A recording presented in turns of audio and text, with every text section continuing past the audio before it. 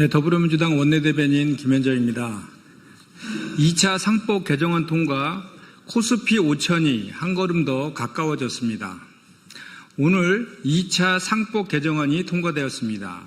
2차 상법 개정안은 자산 2조 원 이상 상장사의 이사 선임 집중투표제 의무화와 분리선출 감사위원을 1명에서 2명으로 확대하는 내용으로 이사의 충실 의무를 회사에서 주주까지 확대하는 것과 독립이사 도입 등을 명시한 1차 상법 개정안의 패키지 법안이자 그 실효성을 담보하는 후속 법안입니다.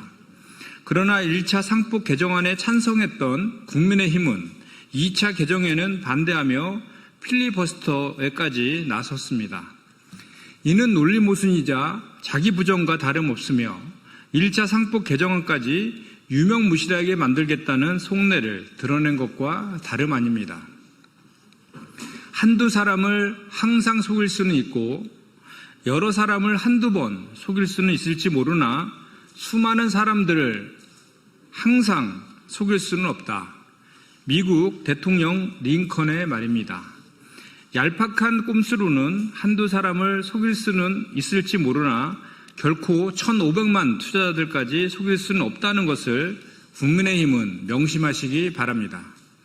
더불어민주당은 국민의힘의 방해와 발목 잡기가 이어질지라도 대한민국 자본시장 선진화와 코스피 5천 달성을 위해서 남은 과제들도 최선을 다해 앞장서 해결해 나갈 것입니다.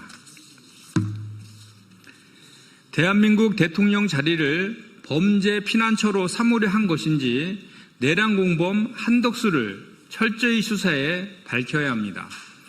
내란 특검이 24일 한덕수 전 국무총리에 대해 내란 우두머리 방조와 이증, 허위 공문서 작성, 공용서류 손상, 대통령 기록물 관리 등에 관한 법률 위반, 허위 공문서 행사 등 6가지 혐의로 구속영장을 청구했습니다.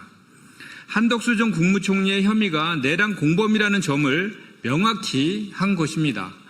특히 특검팀은 한 전 총리가 국무회의 부의장으로서 이헌 위법한 비상계엄을 막을 수 있었던 최고의 헌법기관임에도 이를 막지 않아 헌법상 책무를 져버린 것은 물론 헌법이란 외피를 씌우려 국무회의 소집을 건의하고 사후 선포문을 작성했다 폐기하는 등 내란 방조를 넘어 적극적인 행위까지 했다고 보았습니다.